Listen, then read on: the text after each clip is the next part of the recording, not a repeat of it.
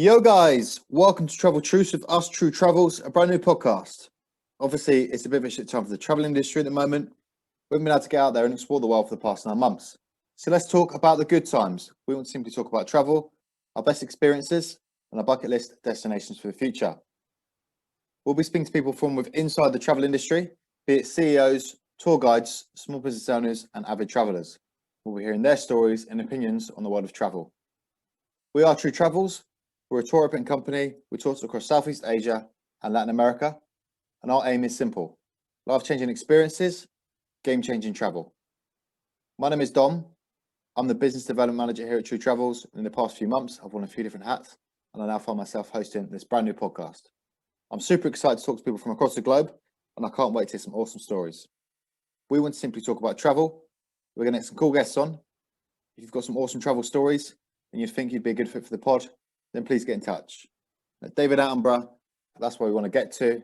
And there's a lot of people in our way before we get to that point. So David Attenborough, if you're listening, hit us up. Today's guest on episode 2 of Travel Truths is Lizzie Slater. Lizzie appeared on BBC's Race Across the World, which was on our screens in 2020. She travelled from Mexico to Ushuaia with £20,000 up for grabs. She had an amazing experience and she's got some great stories which she gets into on the podcast. Obviously, there's a few spoilers along the way, so I'm hitting that spoiler alert alarm. I don't know how would a spoiler alert alarm sound.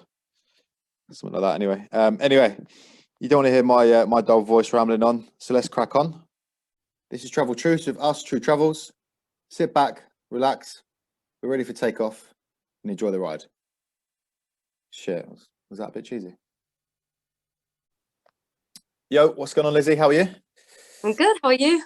Yeah, I'm very well, thank you. Very well. You're up north, you were saying? Yeah, at home with my parents. Yeah, living the life. What's your lockdown consisted of? Anything interesting?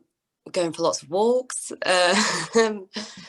baking things, doing the usual lockdown, kind of trying to curb the boredom, really. Yeah, some banana bread. Yeah. Oh, actually, I've not done banana bread this time, but nearly. Yeah, I bet it's beautiful up there, that sort of part of the world, isn't it? Like for walks and stuff. Yeah, I've been going to the Yorkshire Dales a bit because it's on my step, so that's been really lovely. Yeah, wicked, awesome. So yeah, just to introduce yourself, obviously, Lizzie was on a show called Race Across the World, which was on during the first lockdown, I think it was. Yes, yeah. Yeah, wicked. Do you want to try and explain the show in like 30 seconds or whatever? I know it's hard, but so it is basically 10 people, all in pairs, basically all related. So me and my brother were on it. There was an uncle and nephew, mother and son, that kind of dynamic, and we're all chucked in to a random place. We didn't know where we were going, and we had our phones taken off us. We had no language skills, and they gave us the budget of what a flight would be from the start line to the finish line, and we had 8 weeks basically to get from A to B, and just wing it, really. So we could do anything but flying. So I think it was 25,000 kilometers from Mexico City down to Ushuaia at the bottom of Argentina, and it was pretty mental. That's crazy. Actually insane, isn't it? Yes. Yeah. Chatting to you earlier on, you were saying that's a year ago, or around a year ago, which is literally a year ago.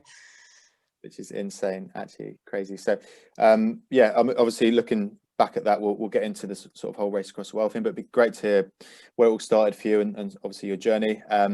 Did you travel much as a kid? As a child, I was very lucky. I went a lot of good family holidays. We went from Kenya to America a lot. Wow. And kind of a lot of time in Greece and all over Europe. So I've been really lucky in terms of family holidays, but I hadn't really traveled myself on my own before Race Across the World. I had done a bit with my friends, but literally just like I've gone to Zante and I went to Croatia and like Hungary and stuff a little bit, but that's it. So it was my first time big backpacking. Yeah. I bet that's a bit different, isn't it, Zante compared to Colombia? Oh, I don't know what one's harder, to be honest. When did you do that? Was that fresh, like 18, 19? I was 17, so I just because I'm an August baby, so I was still 17, and I did the classic end of school girls' holiday to Zante. They don't care about that idea out there, do they? So let everyone in.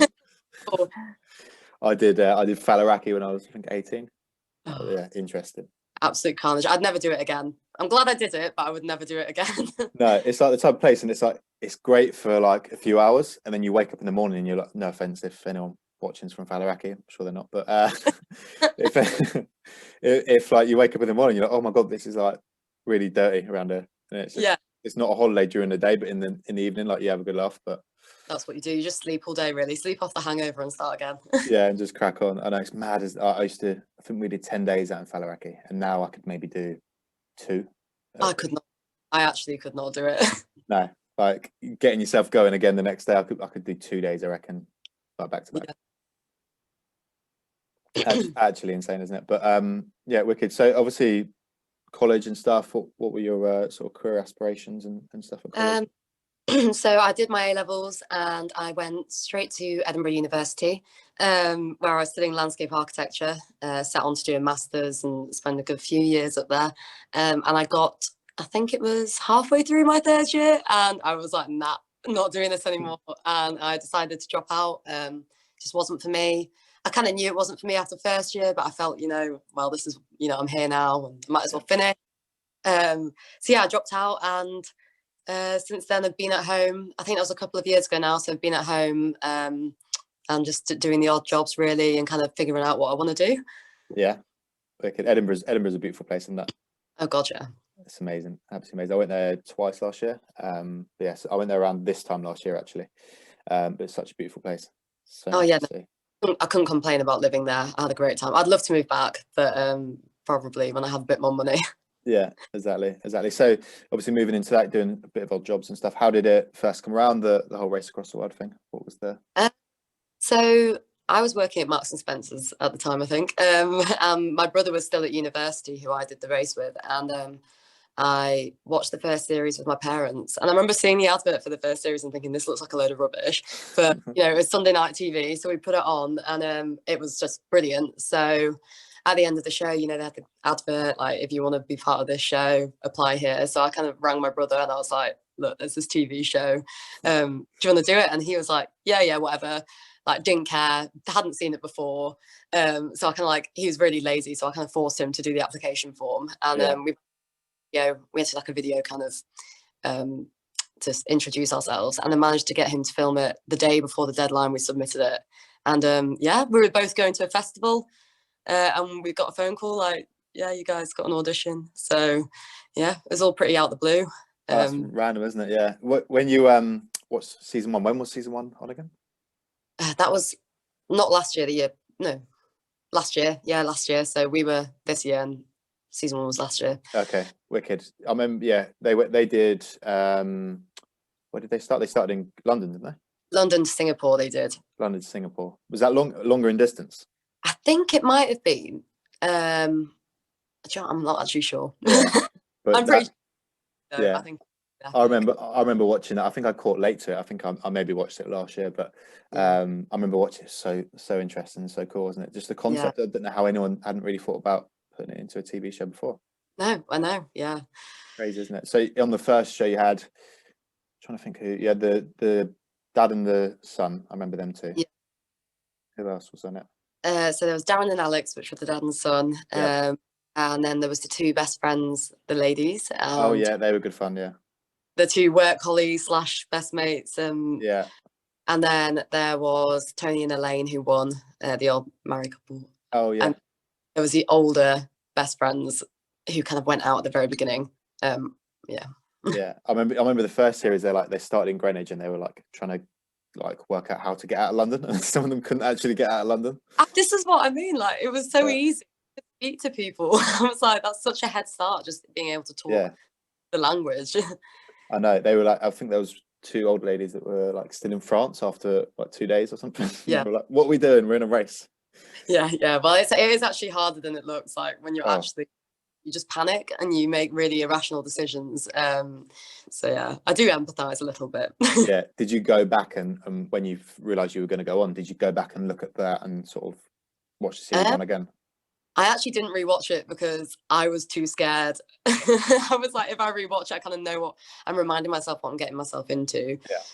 I kind of didn't rewatch it. Don watched it for the first time after we'd got on the show. Okay.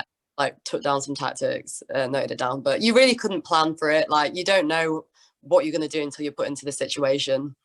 Yeah, wicked. So obviously you said you had the interview or the first stage application. So you go up and meet a team, do you? Okay. The first, like a talking interview, and then the next stage they kind of got us to do an activity in London that was similar to what we would be doing on the race, to kind of show if we're able to talk to people, or we have the gift of the gab kind of, and how we interact with the public under pressure. So yeah, but I won't go too much. No. I'll give too many people tips to get onto the show. I know. Our general manager Charlie, he messaged me. I said we were chatting today, and he said like he applied for the next season. He said they haven't got back to me. What do I need to do? Like, well, you can reassure him that I think they're not getting back to anyone at the moment because of COVID. So Yeah. I don't with anyone. So his hope's not yet lost. It's nothing personal, Charlie. If you're watching, no. What do you think it was that stood out for you and Dom?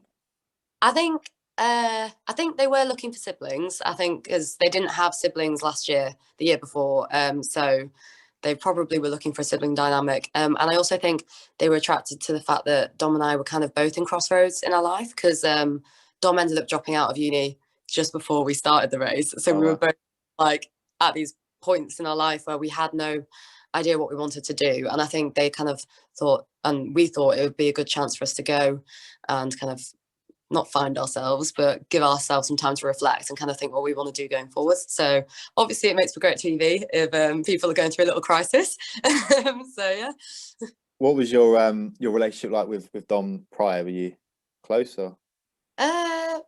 We're never not close. Growing up, we were very close as like 6-year-olds, kind of to like the age of like 10. We did everything together. We were both very adventurous. And then kind of throughout school, he's only a year older than me, so I think it was a whole like cool older brother thing, and he was just embarrassed, maybe, I don't know. And yeah, I think we just drifted. We didn't really share any interests. We have no interest in hanging out with each other.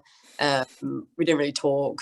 Like, it wasn't in a hateful way. It was just, I think that's quite standard though, actually, isn't it? I've got a younger sister who's 4 years younger than me, and I think you get to a certain age, it's like the teenage years, and it's just not cool, or it's just standard, isn't it? And that was the thing, like me and Dom were just normal siblings. Like there was nothing extraordinary about it, but the show was kind of a chance for us to like maybe talk about things we'd never spoken about before with each other, and kind of connect in a different way that you don't really get to do with your siblings sometimes. Yeah, it was really, I'm very happy I did it with my brother. Yeah, I know. I'm sure, like looking back on it, the relationship you probably got now and the journey that you had is probably insane. Do you feel a lot closer now? To be honest, we argue a lot still. I think the problem is now that we know each other so well that like maybe we know each other too well. And I have no inhibitions of just saying what we think, and we can get a bit nasty and like it. But you know, I do know him like the back of my hand. He is my brother, so yeah. Yeah, and you like no matter what happens, you're always gonna have that journey with each other, which is quite cool. Oh god, yeah, it's so cool. Yeah, which is really cool. So obviously it'd be great to hear about obviously the start of the journey. So you get flown over to Mexico? Yeah, so we didn't know where we were going, and then we were at the hotel at Heathrow Airport, and they took our phones off us, and then they were like, right, you're going to Mexico City, and we were like, oh, okay. And then we got there, and we were there for a few days whilst they were setting things up, and then we started the race. It's crazy. So in them first few days, you obviously, I don't know, do you have any idea where you might be going, or? No. So literally, as you see it on TV is when we actually find out what we're doing. We kind of, when we found out we're going to Mexico City, we like had thoughts about where we might head off to. But I thought we were going to go through South America. I kind of had a feeling before even the race that was where we were going to go. So yeah. Yeah, which is absolutely insane. Did you do any of that part of the world before? You've been explored that part of the world before? Or? No, never. No. First time? Yeah, first time there, and first time for my brother as well. Actually, first time for all of the competitors, I think. Okay, first time you've been there. What did you think of Mexico City? To be honest, we're only there for, we were in the hotel there for a couple of days, and we were just in lockdown in the hotel, so I didn't really get to explore it. Okay. But we're only there for like 2 hours, because obviously filming, and then we set off, and then we were straight out of there, so I just remember it being much bigger than I thought it was going to be. It's huge. Population's crazy, isn't it? Yeah. Yeah, and it was just really busy. Everyone was ignoring us because we were just like approaching people and they were like, go away. And then, yeah, it was just full of traffic, really. But that was my only impression. I didn't really get to see it properly. But we did go up to the castle. I don't know if it was a castle or not, but on the top of the hill. Yeah. Beautiful. And you could kind of see the mountains in the distance, which were snow capped. And that was kind of like, I didn't think Mexico was going to look like that. So, yeah, that was pretty cool. Oh, wicked. And then obviously you start 3, 2, 1, you're off. Like, what's the game plan? Is there much of a game plan before? Or? I think I'm trying to think if me and Dom even had a strategy, because I remember them asking us in the interviews, and we were kind of like, I don't know. I think it was just go. Like, I remember we had to rerun the kind of beginning shot quite a few times for them to get all the angles and stuff. And then they were finally like, right, this is it. This is the real, you're running and you're going. And me and Dom ran, and we both like got to the end of the bit we were running at, and we looked at each other like, right, what the hell do we actually do? Like, up to people. So we had, but we just, the first thing you got to do is just talk to people. Like, that's the only way to get any information, because we didn't have Google. We didn't have like a map that wasn't zoomed out of the whole world. So yeah, you just have to use people as your resource, really. That's crazy. So you just go up to randomers and be like, which way? How do we get out? Honestly, because obviously British people are quite awkward, and it doesn't naturally to just go ask people for help. I think as a generation we're quite independent. So I was just so embarrassed. I was like, oh God, we're being so annoying. People don't want to talk to us. Like, there's a camera in the face, like all this kind of stuff. But you got over it eventually. So. Oh, I'm sure if you ask like 5 people, it's like, yeah, it's fine. Yeah. Which is crazy. But yeah, obviously it's interesting because you've got, I'm sure people listening will think, right, if you're in this situation, what would you do? But it's quite interesting. Obviously, like you said, people are running at the start and you're thinking like, there's no point in running because it's going to take 8 weeks. Like if you run, there's probably not a lot of difference, is there? No, I remember in the first kind of bit we were filming where we did our run off, Jamil and Amon like pegged it, like ran really fast, and they were wearing like their jackets and their trousers, and it was really quite hot and they couldn't take it off because of continuity, and they didn't think about this, so they had to keep their jackets and trousers on, and every time they redid the shot they had to run just as fast as the first time.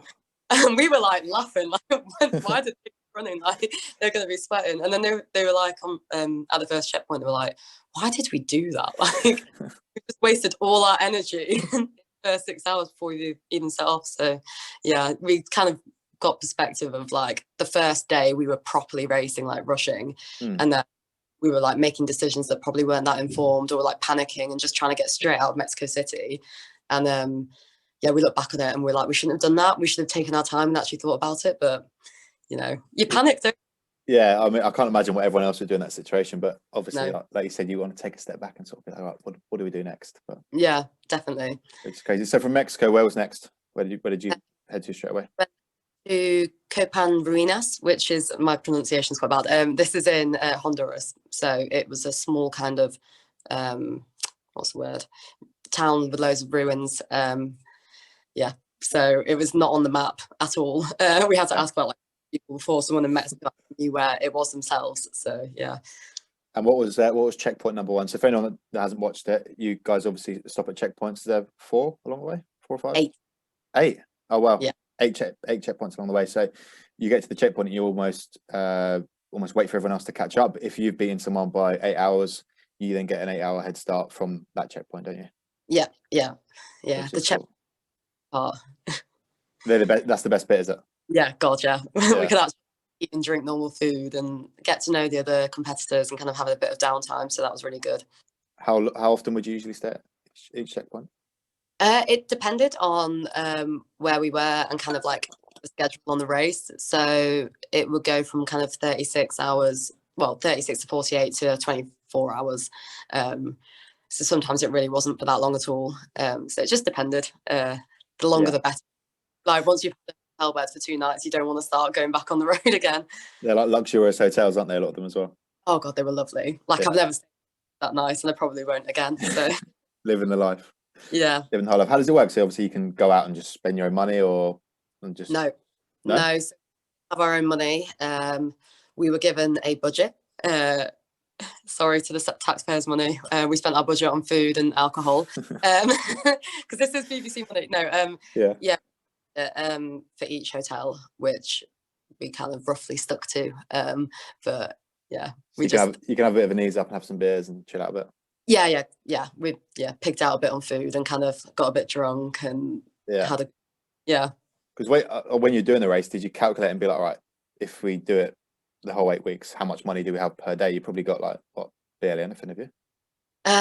So that was one of our mistakes. We didn't really track our budget until about 3 weeks in. I don't know why we didn't do this, but we just like forgot about it. And I think were we in Costa Rica and we tracked our budget, and it was about, if we were to stay on track and not do additional costs, which obviously come in a lot of the time because you'll get one bus that costs $70, and 12, and you can't track what day that's going to happen on. But I think when we were on our third checkpoint, we were around $50 we could spend a day.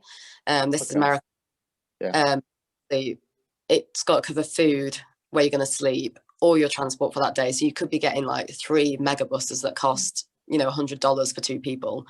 So it doesn't stretch that far really when you're constantly on the move. That's crazy. Yeah, and you've really got to think in depth. You're probably weighing up sometimes, do I get on that transport or do I have some dinner? Like, yeah, that's it. Well, most of the time it was traveling over food, and that's a lot of how little we were eating and kind of how little we were sleeping as well, because even if we stayed in a hostel, we'd be getting up at 4 or 5 o'clock in the morning because we want to get racing straight away. So we were all very sleep deprived and very hungry most of the time. So you spent your life on buses near enough, didn't you? Yeah, like there would be some weeks where we just slept on buses the whole time and we didn't actually stay inside anywhere. So yeah, you kind of got used to sleeping semi-karma, as they call it. But that's probably the best tactic, because you're saving on hotel costs, I guess, aren't you? And then... it depended on where we were, because it could be a bit of a funny one. Like sometimes at the beginning of the race, we had a rule where we couldn't travel overnight and stuff, just because of safety reasons. So when we were allowed to, we definitely took advantage of that. Yeah. What was the longest bus journey you had? I think it was from Lima to Cusco in Peru, and it was 22 hours. Wow. Yeah, which actually in my lifetime hasn't been the longest coach I've ever taken. I think my school trips have been a bit longer sometimes, but yeah, it was long, and it was a huge altitude change because we went from sea level, which Lima was on, Cusco, and a lot of people spend a few weeks doing that, but we went in 122 hours, and it just knocked us all sideways. Like we were all a bit of a mess. Yeah, because you're meant to, before you do that, you're meant to, obviously there's a lot of training and stuff before anyone goes and does Machu Picchu and stuff. Like they often do the steps before they even head out of the UK, don't they? Yeah, so we did throw ourselves in a bit of the deep end. Like I remember it must have been when we first started hitting the Andes, and I had woken up, it was like 6 o'clock in the morning, and I woke up to myself going, like I couldn't breathe, so I couldn't fall asleep because I kept losing my breath, and I was like, Christ, what's going on? And I remembered we're literally at altitude, and then my producer started throwing up, and then like You're like, I'm all right. Getting a bit queasy. So yeah, but it hits everyone very differently. It just depends on who you are. It's just luck really on how badly by it. Yeah, no, that's crazy. So the bus journey is obviously like, you haven't got your phone, you can't listen to music or a podcast or a movie or anything like that. There's nothing. We looked out the window a lot. Like I guess it was time to reflect, but I wouldn't even say I reflected really. I just slept. Like it was a good time to catch up on sleep. Good time to kind of eyes and talk about your budget. Often me and Dom didn't want to do that though, because we just wanted to like relax. But talk about what you're having for dinner later on. Yeah. I'll have for dinner. But it was mad because the buses were quite good. Like in Colombia, they had iPads in like the back of the bus seat, and you could play out Angry Birds and like play games. And yeah, they often had some films on in Spanish. So like we watched Ice Age quite a lot of times in Spanish. So there was things, and I read like 8 books in the first 5 weeks. So okay, that's good. So you can take books and yeah, just not Wi-Fi on it, or could kind of like help you with the race. Yeah, that's crazy. And obviously, lots of conversations, I guess, and just chatting away, I Spy and all that sort. Yeah, chatting to locals. If they wanted to talk to us, usually quite irritating when we were trying to like get information out of locals, and they're just sat on the bus like, leave us alone. What was the obviously for them, they're probably looking at you. You've got, is your brother, was he blonde as well? Yeah. Blonde? Yeah. So obviously they're probably seeing 2 like young blonde guy, a guy and girl walking around, probably thinking, "What? Like, what's going on?" And a camera's following you. So I'm sure, like just the attraction was just following you, wasn't it? Yeah, I think the place I kind of noticed it most was in Guatemala, because we travelled to a place called Lago de Titlan, which they didn't have. They didn't put it in the show, but we were getting a lot of chicken buses, which are like the local kind of form of transport. They're not coaches; they're like pimped out old school buses. They're pretty wild, to be fair. They're really good fun. You do feel like you might die on them because they like whip around these tiny roads. But yeah, we honestly, that journey to Guatemala, I don't think I saw one other backpacker. Wow. I don't anyone else that looked like us. I think everyone was just like, who are these people? We were like really in and amongst it, and I thought it was pretty cool. Like I was like, yeah, get off the beaten track a little bit. So people are probably coming up to you asking for pictures and all sorts. Yeah, I mean, we got stared at quite a lot, but mostly like it's quite funny just to see the way people react to a camera, because some people are really like, oh, what's going on? Like, let's get in front of the camera, kind of, and then a lot of people like run away or don't want you to talk to them. So it's like you can never really tell how someone's going to react when you go up to speak to them. And what's quite interesting, you didn't go to just like your standard, I don't know, Mexico, Costa Rica, Colombia. Like you went to like you said, Guatemala and stuff like that. Actually, there's probably not used to seeing tourists, are they? No, definitely. There's some parts that are a bit more touristy, but kind of the routes we took, because we're trying to go the fastest way, often you didn't see many backpackers there. And we stayed a lot in border towns as well. So like crossing from Mexico to Guatemala, we stayed in the border town there. And I don't think travelers tend to stay in places like that because they're not the safest. We definitely felt like they weren't that safe. So I think we did get to go to a lot of places where a lot of people don't tend to see. Yeah. Which is cool though, isn't it? Like you've there's something into it. Like dangerous locations is quite cool, isn't it? Yeah. I think there was one place in Honduras where I think it was like kind of a trucker town, like people often stopped overnight. And me and Dom were walking around the streets, and I thought I could hear gunshots, and then the security guy was like, no, it's fireworks. And I was thinking, no, it's not. And it was kind of like a moment where they were like, right, I think you should get inside now. People are looking at you funny. Wow. But apart from that, I don't feel like we ever felt at risk, really. Everyone seemed to be really lovely and really friendly. There was just a couple of moments where we felt it was quite hostile. That was the scariest, was it, Honduras? Yeah, just this one place. Everywhere else was absolutely just this one place, and I just don't think that people stop there really. So yeah, we do stick out like a sore thumb. And who's with you? I didn't ask who's. Obviously it's you and Dom, and then is it film crew and stuff? So yeah, we have a producer who kind of does the producing and the camera, an assistant producer, and then a medic who also is usually ex-military, so they can kind of monitor the safety and kind of security. And then we have a fixer who is a local to the country we're in, and they're there to assist the filming, get like release forms to check that the people we're talking to are okay with being on TV. Yeah. Translating for the film crew if they need to get any shots from like a taxi driver and stuff. They weren't there to help us, unfortunately. And then we had a driver with a van that followed us. We had a van following us the whole time, which had all the gear in it. And it also had a DIT who was like a technical guy who like backs up all the footage all night long to make sure we don't lose any of the footage as well. So it's like a team of 6 of us. Like it's quite a big team. Not everyone was always with us, but a lot of the time there was quite a lot of us all together. And each team had a team of 6 following them. Oh wow, that's crazy. Yeah. I didn't know that. I guess that's quite interesting because you can then actually get to know them. Like you said, you've got 22 hours on a bus journey. You can have a good chat with them as well.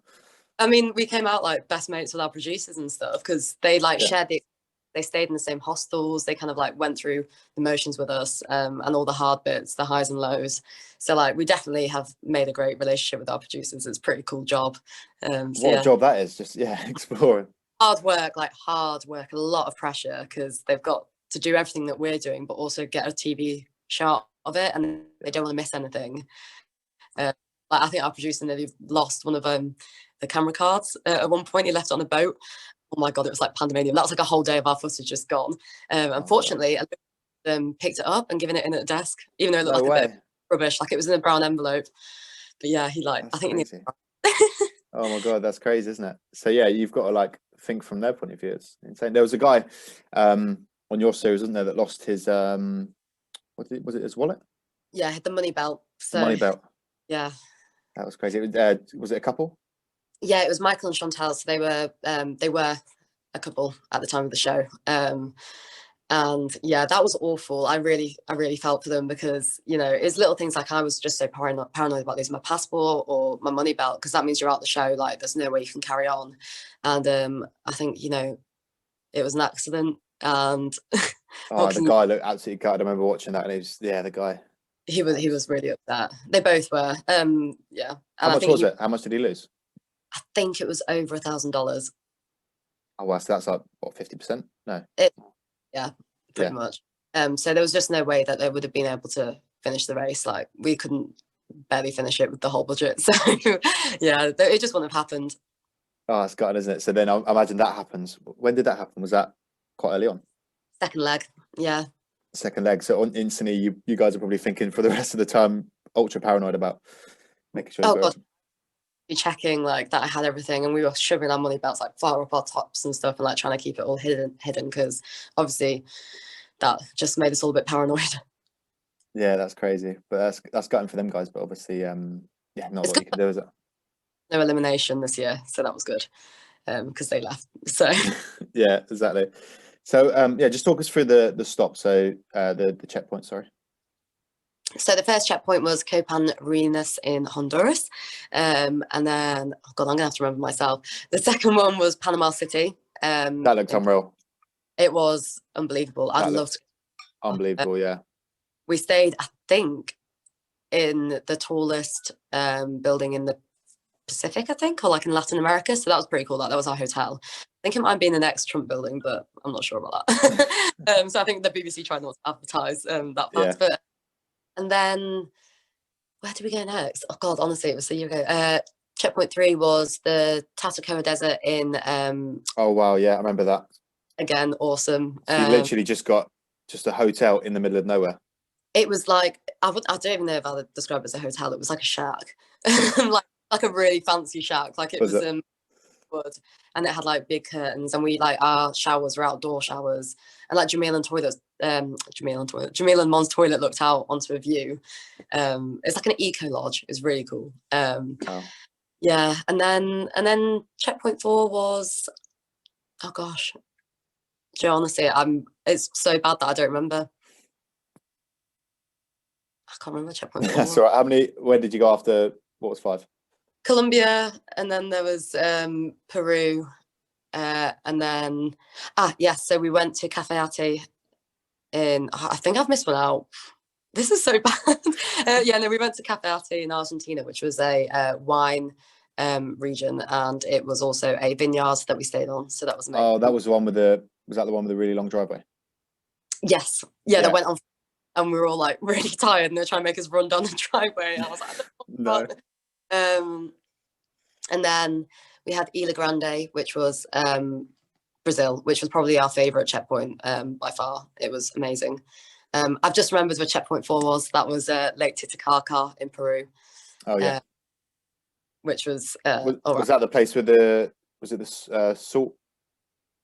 No, it was, we went to the indigenous tribe on the reeds, and we all went and spent a day with them. It was pretty ace. Oh yeah, wow, that's amazing. Yeah, and then we went to Ilha Grande, to Cafe Ate, and then we went to Ilha Grande, and then the last checkpoint before the end was Mendoza in Argentina, which is also a wine region. Nice. So you explored a bit of the local wine. Yes, yeah, we went wine tasting, which was great. Nice. Can you drink much whilst you're doing it? We could. We weren't allowed to drink in Peru because of the altitude, just because it can really mess you up if you're not careful. But yeah, when we went wine tasting, it was actually off camera as whilst we were at the checkpoint, because me and Dom were like way behind everyone else, and they all got to go wine tasting, and we were like, no, this is really unfair. So they let us do it off camera. A bit drunk, yeah. You had quite a fun group, didn't you? There's quite a lot of youngsters on there. Yeah, everyone was so lovely and so much fun. Yeah, we had the best times at checkpoints. We all just got a bit silly, and it was kind of like the competition had gone. We're competitive, and we just didn't talk about the race really when we were together. We didn't say what each of us were doing or what our plan was. We just kept our mouth shut and just enjoyed ourselves. Yeah, just sort of like trying to ignore the fact that just be present in the moment a little bit. I imagine that's hard actually. something I was thinking about is like you want to be present in the moment, but at the same time you're constantly racing. So it's a hard balance, isn't it? There was this whole constant debate that me and Don would have, is like, do we care more about the race or more about the experience? Because on one hand, this is a once in a lifetime experience. We're going to these incredible countries and we're getting to do it with no phone and like nothing kind of holding us back. But on the other hand, this is a race. We do want to win. And, you know, we can't stop in these amazing places. Like the amount of times we went past somewhere and I was like, this is so infuriating, because I wish like we could go visit it. I mean, I was like, I'm in South America and I can't go see half the things I'd love to do.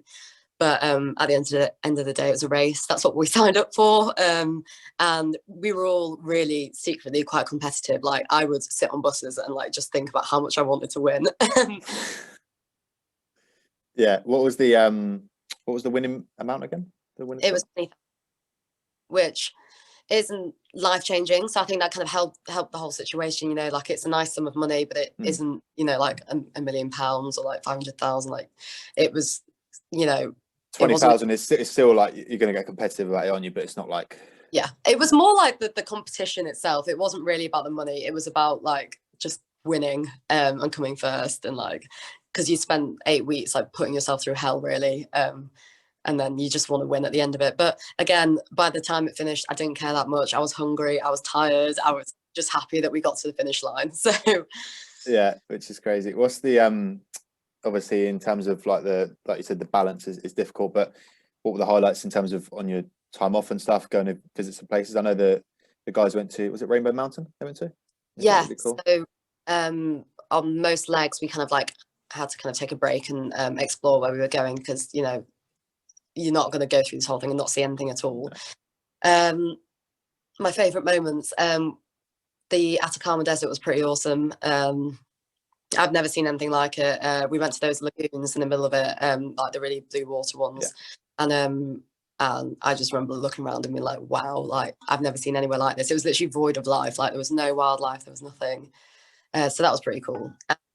And, on the first leg, when me and my brother went to Oaxaca, and we went to that infinity pool, and kind of like that was our first race that we were like taking in where we were, and the fact that I just remember sitting there and being like, oh my god, like I'm on a TV show and I'm in Mexico. Like what is going on? Like living life. Oops, Daisy. Sorry. Absolutely living life out there. Yeah, it's brilliant. That's great. What did your mates think? Oh, my friends. I think it's funny because my friends just like didn't expect, and like me, I just didn't expect it to happen. So I kind of like joked saying I'm applying for this TV show. But I think they're just really proud of me. My best friend said that when the first episode came on, she literally like turned it on and just cried the whole way through. She was like, oh, my friend's on TV. But yeah, I think they thought it was pretty awesome. Did you tell them beforehand or not that you were going on? I couldn't tell that many people. So I told obviously my parents and I told my friends, because obviously it made no sense that I just like vanished for eight weeks out of the WhatsApp group. They're thinking, where's Lizzie gone? I think my best friend texted me like the whole way through every time something happened. So when I got my phone back, I just had like thousands of texts from my friends like, today I went to the shop, and I was like, guys. So yeah, it was that was like the thing on the last week. I was just thinking about like being with my friends. Like I just wanted to tell them everything, because I'd like done stuff and I couldn't tell anyone but my brother, and I was like, oh, but he's already here. Like you didn't have any like really embarrassing moments or anything, did you? Oh yeah. Did you? The second episode, I think they actually aired this as well. I'd like we're on a bus. Basically we were taking malarial tablets and it didn't really agree with my stomach, and I kind of diarrhea, which was great. But everyone I think they included this in the episode, but I went yeah, I think, and they advertised on Twitter as well as like a pre-scene for the episode. So embarrassing. But I went to the toilet on the bus and like basically blocked the toilet. It's just a whole scene of like everyone on the bus looking at me like that's right. And my brother's face, and I've like never been so humiliated in my life. God. And then it went on national TV. People, I was like, no. Oh my god, that's crazy. And I imagine the WhatsApp groups probably going insane at that point. Yeah, my friends are hysterical, and I'm never going to live it down really. So I've got no dignity left now. That's right. You can own it. Yeah. That's crazy. But yeah, so in terms of highlights, what else was really cool? I was going to mention was did you go to Was it Iguazu Falls? We didn't get to go, unfortunately. Yeah. Oh. No, Jen and Rob went. We actually were literally 10 kilometers from the Iguazu Falls because we passed through the border town where they are, because Iguazu Falls lie between Paraguay, Brazil and Argentina. Yeah. So we passed through that border crossing, but we couldn't go because Jen and Rob had gone. We weren't allowed to go. Yeah, we went elsewhere, I think. Oh yeah, we hitchhiked and we went to a party, so that was fine. That was also a party. It was so much fun. That was really ace. Yeah, I remember Iguazu Falls. I don't know if I'm murdering that pronunciation. But I saw that clip and I was just like, this looks unreal. Like, I'd never heard of it. I'm not sure how I'd never heard of it, but I saw that and I was like, this looks unbelievable. Instantly put it on the bucket list. So yeah, if anyone's watching this, just have a little look on Google. Oh God, I will be going back at some point. Yeah, heading back out there. So you went to a party instead? Yeah, so we hitchhiked outside. We decided we didn't want to spend money on the bus, so we stood outside of the border town and did our first try at hitchhiking. And fortunately, we only stood there for half an hour, and we got picked up by this lovely lady and man who fortunately could speak fluent English. One of them had been to Oxford University, I think, or something, but they were from Argentina, and fortunately they were quite wealthy as well, so they picked us up in their car and took us back to their house, let us shower, and then they were like, right, we'll find a hostel for you. So we found a hostel, and then they invited us to their sister's birthday party at this massive house on the coast in Argentina, and he drove us there. He picked us up from the hostel, drove us there, and had a few drinks. Yeah, so that was fun. You're probably pinching yourself at that point, thinking, "What's going on?" No, literally, we picked up. We got picked up, and we were just thinking, "Oh, he'll just give us a lift." And he drove us 4 hours, and yeah, we were like, "Wow!" I mean, it was pretty cool. Everyone at the party was so nice. We got to dance. Like they had like decks, they had music, they had booze everywhere, and we were like, "What the hell is happening here?" Oh my God, I bet that's amazing being able to actually let your hair down and just chill out. Yeah, I mean, get a bit drunk. Yeah, although we did have to go to work the next day because we had a job cleaning boats, and me and Dom both like massively regretted it because we were in like the blazing sunshine and we're both really hungover. Horrible. Can you like? Is there any? Are you allowed to just get wrecked and just? We weren't told we weren't, but it was mostly like we couldn't spend money. We didn't want to spend our budget on alcohol. Like it wasn't worth it. So there was a few nights where like if we got bought a few drinks and stuff, we would do that, but most of the time like we had to think about the fact that we had to be up the next day and like we had to race and we had work to do. So yeah, which is a shame because I know if I went traveling, and I can speak for my brother here, we would probably go out and meet people and then like socialize and stuff. And I think when you're a young person, that like not being able to socialize and do what you usually do is quite difficult. Yeah, it's a great way to meet people, isn't it? You head over to a hostel bar or wherever, and it's a perfect way to socialize and get to meet people, isn't it? Yeah, but unfortunately we couldn't do that. But so obviously you were chatting about the hitchhiking stuff. That must be crazy. So I think is that quite normal out there to hitchhike? I'm not actually sure, I think in Argentina when we got picked up by these two people, they said they've never picked up a hitchhiker before. They weren't sure why they picked us up, to be honest, and we were like, that's pretty cool. But I think it is common, but not like exceptionally common. I think a few people do it, but like I say, it's like in England, like you rarely see people hitchhiking really, and I don't think many more people do it over there. No, I just don't know if I would pick someone up. It's weird, isn't it? You sort of feel like you should, and you don't know their story, and you don't know what they're up to. And like your story, for example, perfect opportunity to help someone out. But like, I don't know, you've seen a horror film like 10 years ago. Yeah, so I think obviously if it's one on their own, you'd probably be a bit wary. But when there's like two young people, and there is a film crew next to us, but that does film crew, they all jump in the back as well. But that makes it harder because often I'd go up to the window and be like, "Oh, it's just me. Oh, and by the way, here's my brother, and here's a cameraman." So they always had to be enough room in the car as well to fit us all in. So sometimes people would stop and there wouldn't be enough room, and they wouldn't be able to take us, which obviously they can't show. But yeah, I think down towards the bottom of Argentina, a lot of people do hitchhike because it's one long road all the way to the bottom. Yeah. So by truckers and stuff there, because there's a lot of big trucks that do that journey. But apart from that, I don't think it is that common.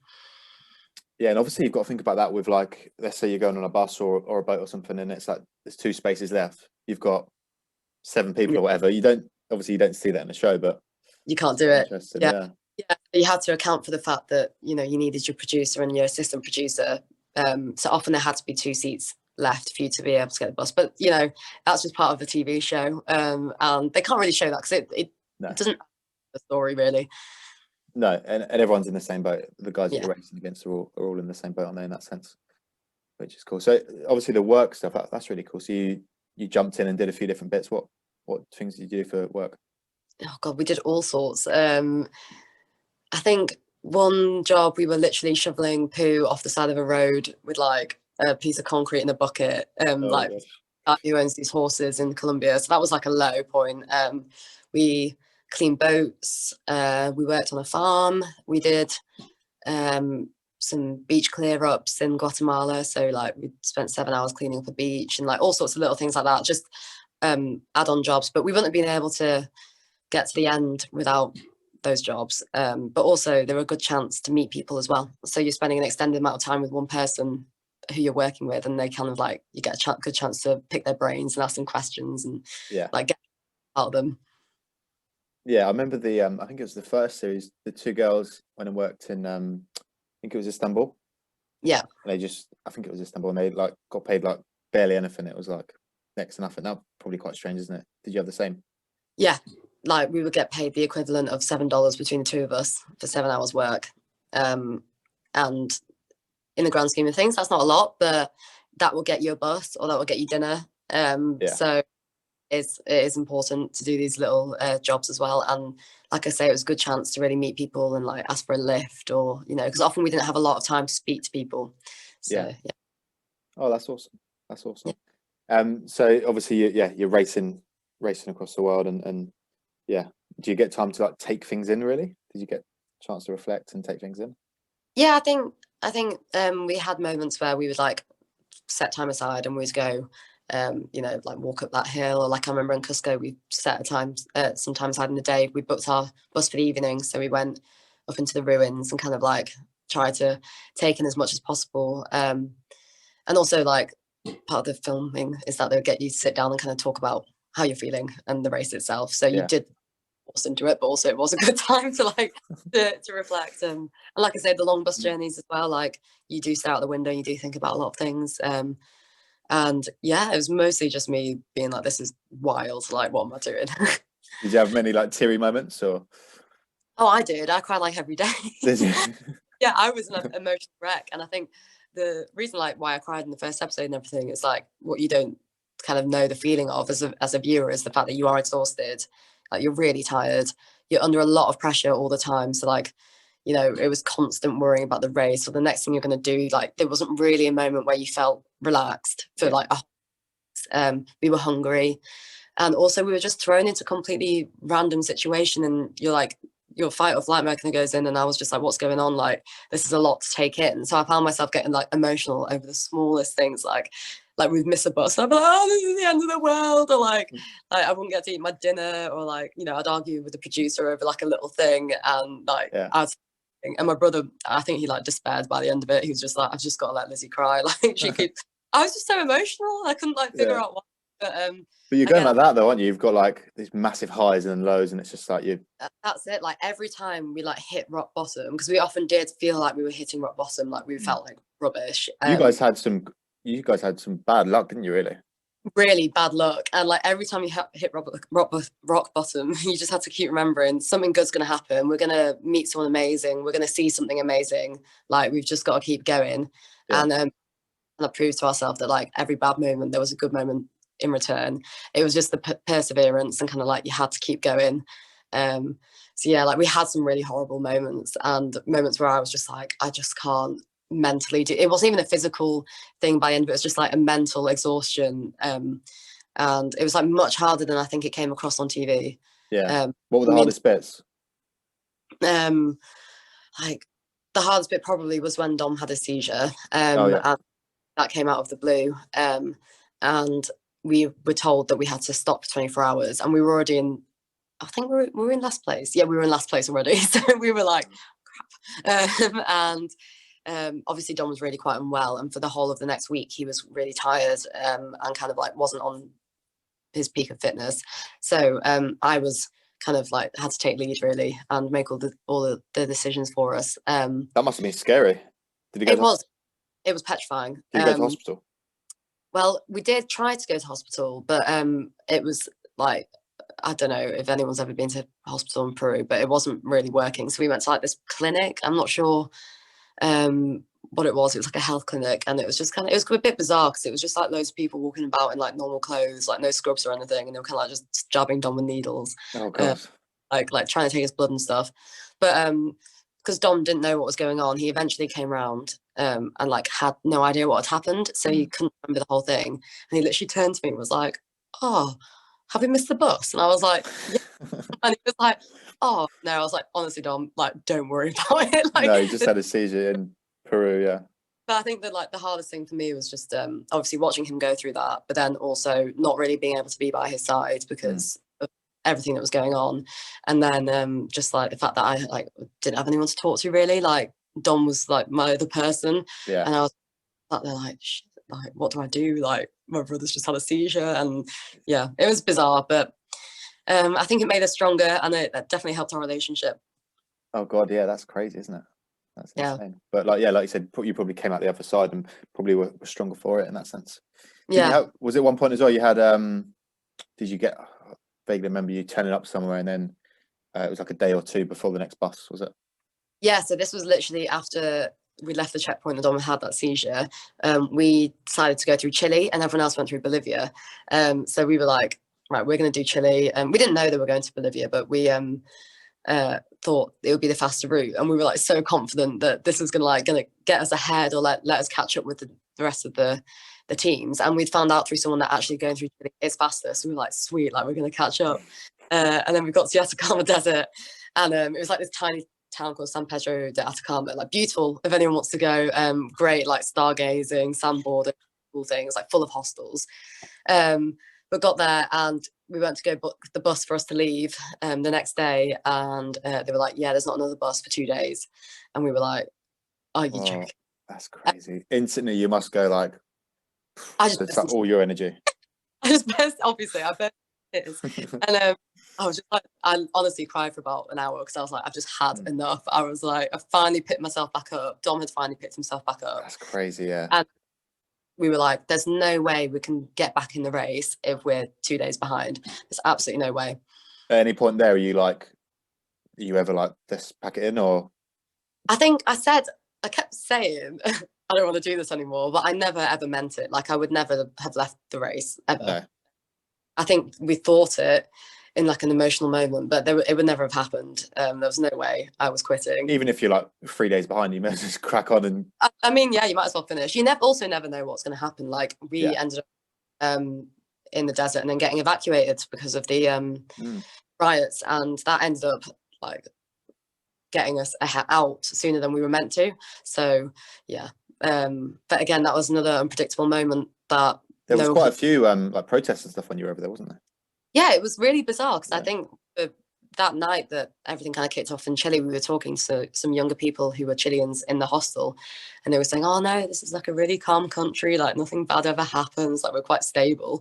And then the next thing we know, like we're getting told that we need to get out of there because they're blocking up the borders, and like we could be stuck there for God knows how long. So like it was completely not predicted. So yeah, that was pretty wild. I remember was it Ecuador as well, you had something? Yeah, so we were meant to be going to Quito for a checkpoint, and then they called a state of emergency, so they had to redirect us elsewhere because they also had riots kicking off. You just had some real bad luck. Yeah, really bad luck. Just everything along the way. But you, obviously kept going.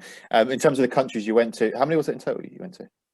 So I think that there was a possible 16 that you could have gone through, and we went through 11 of them. Wow, that's crazy. And what was the closest, like back to back, were you doing like, obviously took a couple of countries in a day, 3 countries in a day?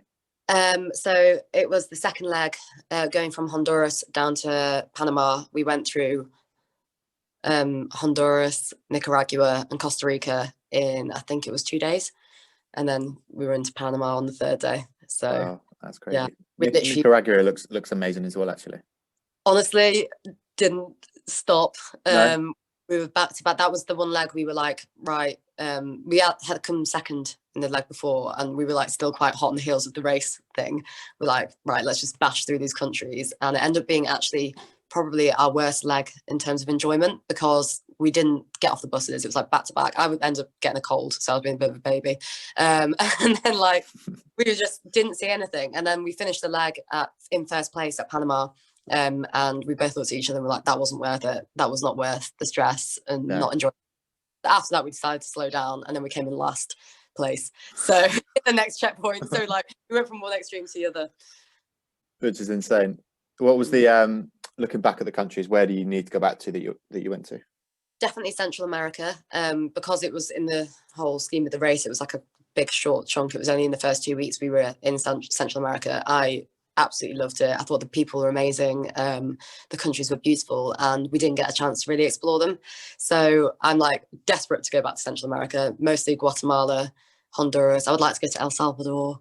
Belize. We missed out on Belize, and everyone said how it was their favorite country. Mexico, like all of them. They're all of them. Yeah, and then like obviously the whole of South America, definitely go back to as well. So you got Costa Rica, Colombia, 100%. Yeah, Colombia looks unreal. Colombia looks amazing. We launched a tour in Colombia that was due to start in March actually, but obviously the whole COVID thing hit, and we haven't been able to run a tour yet. A few of the guys were doing the trial tour in March when it all kicked off.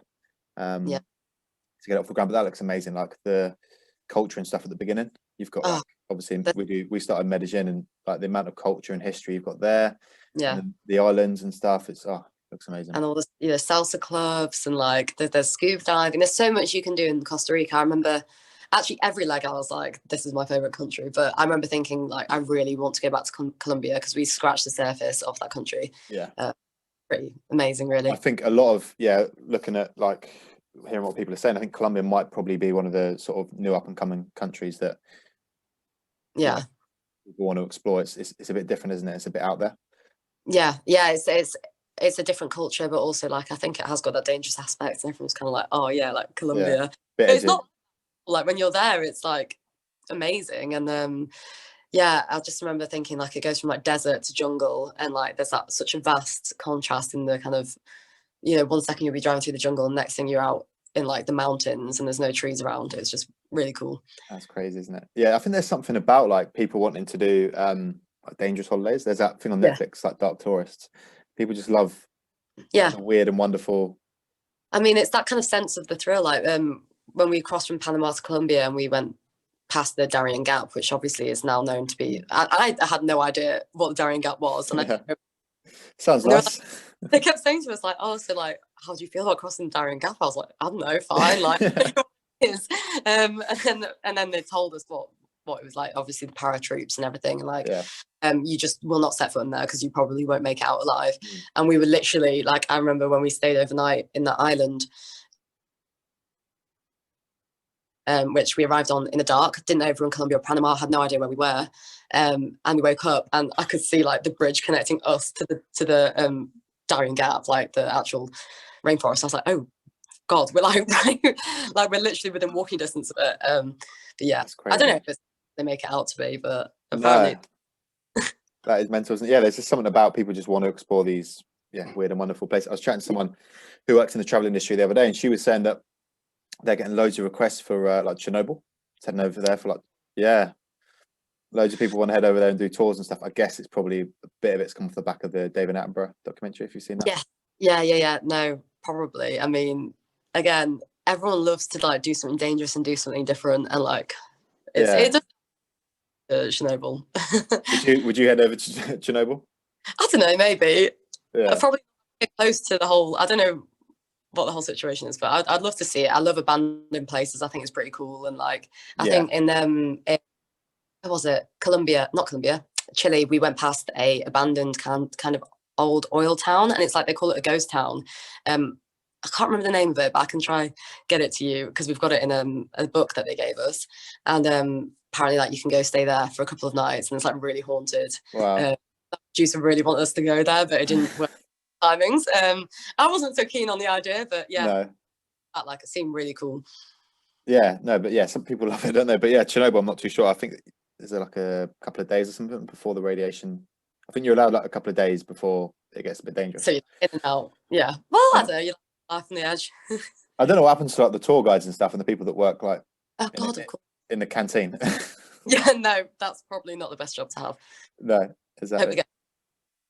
Yeah, no, exactly, for sure. But yeah, obviously moving forward from that, what was it like after obviously watching it back? Was that really weird? Yeah.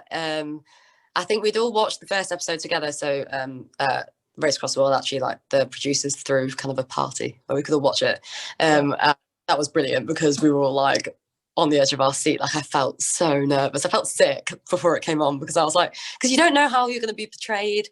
And also I think it came out in March and obviously we'd finished it in the November before. So we kind of like forgotten about a lot of things. And it was just amazing. Like I tried to stay off Twitter because obviously people can be a bit negative, but it was just great seeing everyone else's journey because like we'd hear about the stories, but we never actually saw the kind of things that they went through and like the hard moments that made you realize that we were all arguing the whole time. We were all like bad things were happening to all of us. So yeah, it was so cool. The other guys were so cool. You had the mum was so sweet. Amazing. Yeah. What's her name? Sorry. Jo. She was so sweet, wasn't she? She was just like just your standard mum, but like in that sense, wasn't she? But just so not a bad bone in her body, just so caring, wasn't she? She's so cool. Like she's even better in person. I can't speak higher enough of her. But yeah, she was like the whole of everyone. She was everyone's mum the whole time. So like every time I cried, I was like Jo. Or like she was everyone's mother. So yeah, absolutely amazing. And her son was quite funny as well, wasn't he? He was crazy. Yeah. There was one point where I think someone was having a wee or something, and he was like chatting to him. He was the height of entertainment at every checkpoint. Like he just made me laugh so much. He's an amazing guy, so much fun. And like me and Jo would kind of hang out, and then Dom would basically like entertain Sam for like 6 hours, so that Jo got a break. Yeah, I guess you need that though, because no matter how good your relationship is, if you're spending, like I said, 22 hours with someone on a bus, you're going to need. I remember Dom saying, like, I feel like you'd rather be doing the race with Jo than with me. I was like, I'm not gonna lie, Dom, like, can you just leave me alone? Because I want to like have a conversation with someone that's not your brother. Just give me a day and I'll be back. Yeah. What was the other couple? What was the couple called? Jen and Rob. Jen and Rob. She was really funny, wasn't she? Oh, she's hysterical. She was so funny. It was the bit where she was it near the end? She was running up the hill. Threw a rucksack off. It was so good. I was screaming at the TV. Bear in mind, I knew what happened because I was there. And then when she back off, I was like, Jem, what are you doing? I was like, run. You're so close. And I can completely empathize with like that feeling of just being like, can't do it anymore. And like she just shoves her backpack off and just legs it. But yeah, no, she's brilliant. She's so funny. Their relationship was really interesting. Actually, it was funny, wasn't it? Like he was just like your typical bloke, just keep her happy. Do you know what I mean? You're traveling across the world. As long as she's happy, like I'm all right. Yeah, no, they. I think for Jen, she was like particularly out of her comfort zone. Like hadn't done anything like that before, and I think it was a massive adjustment. And I can empathise. Like it was a big adjustment for me, but I think it was even harder for Jen.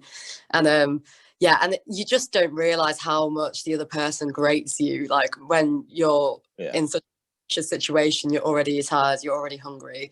They're gonna wind you up. Like the first thing you do when you're like angry or like tired is just take it out on the person closest to you. So yeah, it's just reality. It's just that's normal life though, isn't it? I was saying to you before we start, moved back home with my mum, and like sorry if she's watching, but after lockdown you're so like I need a bit of a break. Yeah, no, that's it. And you're gonna get irritated, and they're your family at the end of the day, and when it's your family, like you have no inhibitions. You're gonna say what you think without fear of hurting their feelings. So yeah. Whoever thought it was she might have been a bit rude or anything, like I think if they were in that situation, they're completely yeah, exactly. Like you said earlier on, the roller coaster of emotions that you're going to go through. Yeah, definitely. It's insane, isn't it? So obviously, finishing the race, finish in Ushuaia, which is they call it the end of the world. Yes. Yeah. What was that feeling like? Oh, honestly, it was like euphoric. Like I've never felt a sense of achievement like it. That was the main feeling, was like, wow, like I've just gone 8 weeks, like especially for someone my age, like without a phone, like without your parents, you know, without much money. It's just such a sense of achievement. But also like it was so weird. We crossed the finish line, and then we all kind of just like sat together, and I was thinking, where's the next checkpoint? Like, are we going to carry on? Like, you just suddenly stop. So it was a huge adjustment coming home and kind of like just being able to do things without like thinking twice about spending money or like eating food. I think we all overindulged a bit afterwards on the food front. Yeah, I think I took for granted like how nice it is to just know that you can eat whenever you like. I think also throughout the race we all lost like quite a bit of weight. The only person who gained weight was Sam. He loved his food, didn't he? Yeah. Which I think is ridiculous. I was like, how did you gain weight? Well, but yeah, on the carbs. Yeah, it was amazing. A great feeling. Yeah, I imagine that feeling when you're actually done. Probably quite weird though, isn't it? When you get home and you're like, oh, but yeah. And like it was kind of a culture shock just coming back to Britain, like looking at everything was written in English, and I was like, this is so much easier, because like we'd often walk into bus stations and you know in like Peru and stuff, and you would have literally no idea what anything meant, so you're like kind of walking around blind really. You just didn't know where to go, and then at home you're just like, oh, everything's so easy here, like life's so easy. You haven't got to like decide whether you want to get the bus or have a sandwich. You can do both. Have it, exactly. Yeah, which is crazy. In general, like the people, obviously, I'm sure they were just super helpful, were they, along the way? Yeah, like I think probably, and I can speak for everyone who was on the race, like the best feeling was kind of when you appreciate the kindness of strangers, like the things that people do for you to help you, you know, like buying a bus ticket or taking you in for a meal. And that's kind of stuff like you definitely don't experience until you're desperate, which I know this sounds kind of strange, but like at the beginning of the race when we had money in our pocket and we often didn't ask for much help and we kind of were quite independent, but by the end of it, when you know we were living off like $5 a day and we weren't eating, like I remember the last 3 days I think me and Dom were halving an Oreo for a meal a day, like it was bad. Wow. And that is when people tended to help you the most, because I think you kind of give off this like look of desperation. I think I look like tired, or like we often have people coming up and be like, are you okay? But like that's when you get desperate is when you start asking for more help and kind of open yourself up, and that's when we had our most incredible moments, was like when people were willing and were so generous, and we were just so grateful for how amazing people are. And yeah, it's just the kindness of strangers, and not many people get to experience that, so yeah, that's something I'll definitely have with me for life. No, that's powerful, isn't it? That's really good. Yeah, that's really good. What was the highlights in terms of like food and stuff? What was the best place for food? Our best meal was definitely in Costa Rica, because they have quite a big Caribbean influence there along the coastline. Me and Dom had the most incredible meal. We stayed with a tribe called the Bree tribe, and we stayed in a tree house there, and she cooked us all the food from her land, and it was just like, it was incredible. It was amazing. And I'm trying to think what else we had. I had a McDonald's in Peru, in Cusco, and that was pretty good. Yeah, what did you go for? I had some chicken nuggets because that's all I could afford. But yeah, and Dom had a KFC because there's a KFC next door. No. That was a bit silly. Like we didn't really need to spend our money on that, but we were just you probably you see the lights of KFC and McDonald's, you run towards it. Yeah, this is the thing. Like you think for 1 minute, can we just like have a break and like eat something we want to eat? But yeah, I think in Panama we stayed on this little island, and I ate fresh. I don't like seafood, but I ate fresh octopus, and it was incredible. Literally a course of that day. And yeah, little things like that. Often it was all the home cooked food that was the best and probably the most satisfying. Yeah. Was there a lot of seafood around? In Peru, I think like their main dish is kind of ceviche. Ceviche, yeah. Which fortunately Dom loves seafood. I really don't eat seafood, but obviously like needs must. If I was desperate, I'm not going to say no. Yeah, and also in Peru they eat, you know, guinea pig as well. That's weird, isn't it? Yeah, my mate went out there and had guinea pig, and he sent us a picture to the lads' chat and was like, look what I'm eating for dinner. We're like, oh my god, it looks horrible. No, anyway, he wasn't laughing 12 hours later because he said probably what happened to you on the bus. Like it wasn't. Oh no. He was like, this has gone really bad. Yeah, no, I didn't actually try guinea pig, but I heard it's not that great. No. You're not used to eating it as well. Your stomach's going, what on earth is this? Yeah, literally, like I think, you know, you think that we would be eating those of like local foods and stuff, but often we were just like buying bread, ham and cheese from buses and making that last 3 days, like from shops, or making that last 3 days. So honestly, we didn't try. We weren't that adventurous. But when we were at checkpoints, we did like, when we were at checkpoints in Argentina, I was get a steak because you kind of have to, and we try as much local food as possible. Yeah, steak and red wine. Yeah. Oh God, yeah, it was beautiful. Yeah, home of the red wine, isn't it? In Argentina. Yes, Mendoza and Cafayate.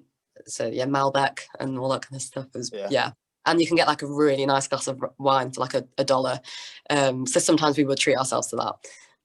Oh, wicked. That's awesome. So yeah, you can sort of live life a little bit and go splash out. Yeah. Wicked. So yeah, obviously, moving forward, what's the plan like for you? Like, are you travel wise? Are you still things you want to tick off the list when?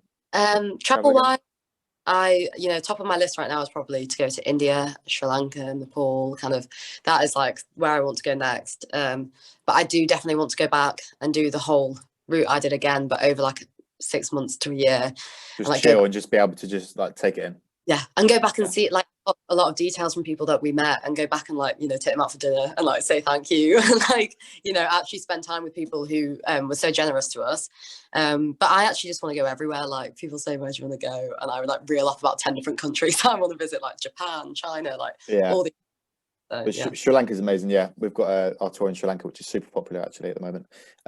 We're starting back off with that in January. Actually, it's going to be our first tour, hopefully, if the world gets back to normal. So hopefully we can get you out on that if you're keen. Maybe next year.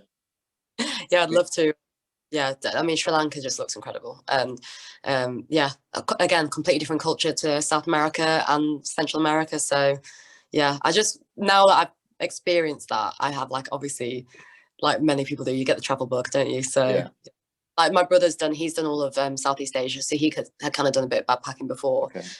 And I'm really worried about like getting too settled in the UK, and I really struggle to be here for more than like 5 months because I get bored. I get itchy feet. Itchy feet, yeah. That's the thing. People think like once you go traveling, that's it, it's out your system, but it makes it worse. Yeah, it does, definitely. Like you can't get out. I don't think there's ever a better feeling than meeting new people and experiencing new cultures. I think you can't replace that. Yeah, one thing I was going to ask you is obviously, one of the reasons we got you on, I think, was because so many of our followers are like young female girls, like first time travelers. Like, how was that? Did you find any points where it was like a bit scary, or obviously you're with your brother in a film crew, so it's probably a bit different, isn't it? But I think in some ways it was different, but there is always that kind of worry of being a girl and traveling, especially if you're on your own. I think it's kind of a level of just trusting people, and my only advice would kind of be to, if you were really worried about it, stick to the touristy areas, meet other backpackers that maybe want to travel with you. I think traveling alone is an incredible thing to do. I'd love to do it. You get the best chance to meet people, but just don't push yourself out of your comfort zone if you don't feel safe. Every country you go to has got safe places, and from my experience, everywhere we went to in Central and South America pretty much felt really safe and didn't feel like people were looking at us that funny. We felt like everyone was really welcoming. So I think there is obviously that fear, and I completely acknowledge that. And cultures, like men treat women differently in different places as well, and that's always a fear. How they react, and obviously you do often look different and sound different, but as long as you like find people you're with and you trust, then you're all good. Yeah, you're all good. Wicked. That's amazing. So obviously moving forward, you'll get to do a lot of traveling and stuff. Are you looking at doing a bit more in like the travel sort of influencer world or business world and anything like that, or what's the I'd love to like grow my Instagram and kind of work on that. I think it's a whole confidence thing, because a lot of people who start off in like influencing do it because I've kind of just been given it, and I'm like, what the hell do I do with this? Like, I don't know how to like excel at that, but I think that's something I'd be interested in doing. I'd love to like be able to travel and like get paid to do it, because obviously that's amazing, isn't it? But how you couldn't beat that really. But obviously that's something I'd be interested in doing. But I'm also looking into getting a career in marketing and media myself, and kind of like working with other people's Instagrams and stuff. So yeah, it's all kind of up in the air. I'm still very much not stressing too much, because I think COVID has kind of put everyone on a very much a level playing field. Like even people who know what they want to do can't do that right. So I'm just trying not to worry about it, and I don't think people. I think it's important not to stress too much, isn't it? Just take every day by day. Yeah. Things good. So exactly. I saw this thing on LinkedIn the other day. It was like in lockdown, you're trying to do all these things, create a business, learn Japanese, learn how to play the flute. And it was actually, no, just like concentrate on getting through the day, and just, it's a crazy year. Good time for self-reflection and kind of realizing what you want to do. And I've kind of like gone through like getting a career to going traveling to going on another ski season. I'm like constantly changing my mind, and because I'm a person, I think I throw myself into something and then get halfway through, I'm like, I don't know if I want to do this anymore. So I think it's like really young people. That's quite standard for our age, isn't it? Sort of, early mid-20s. You sort of like, you try something out, you be like, oh, I want to give that a go. Then that's all part of it, I think, isn't it? Yeah, it is definitely. It's all part of it. But yeah, wicked. Thanks, Lizzie. You've been great. I had some really cool stories there. Hopefully everyone enjoyed it. And like we said, anyone that's a first-time traveller, get out there and get involved. We've got some awesome tours in Latin America, in Colombia, Costa Rica, Mexico, and Peru as well, and obviously Sri Lanka, and a lot of Southeast Asia. So have a look at us. If you're bored in lockdown, check out Race Across the World. They've got season 1 and season 2 is both on the iPlayer, isn't it? Yes, I think it is, and it's a great way to escape and feel like you're traveling yourself. So yeah, definitely go watch it. And you can laugh at me blocking the toilet as well. Yeah, so go and check that out. And what was your Instagram, Lizzie, for anyone to give you a little follow? Lizzie.Slater. Wicked. Awesome. All right, guys, thanks a lot. That was podcast of Us True Travels, and we'll catch you soon. Thanks a lot, Lizzie. Thank you so much. Cheers. Take care. Bye. Bye. Yo, people. I hope you enjoyed the podcast. A big thanks to Lizzie for getting involved. She was great. Obviously, she was a young female traveller. And a lot of our listeners and customers can relate to that. At times, the world can seem a scary place, but you need to get out there and explore. And you can hear from Lizzie how rewarding it can be on the other side. Like we said in the podcast, check out Race Across the World on the BBC iPlayer. Honestly, it was one of the best things that I watched last year, alongside You on Netflix. That was really good. And then Tiger King. But yeah, anyway, let us know your thoughts in the comment section below, or drop us a message on social media. It'd be great to hear some ideas of potential guests that you guys think. We're all stuck at home at the moment, so hopefully this is providing you with some entertainment. But remember, we will travel again. Don't quit your daydream. See you soon for episode 3 of Travel Truths. Peace out.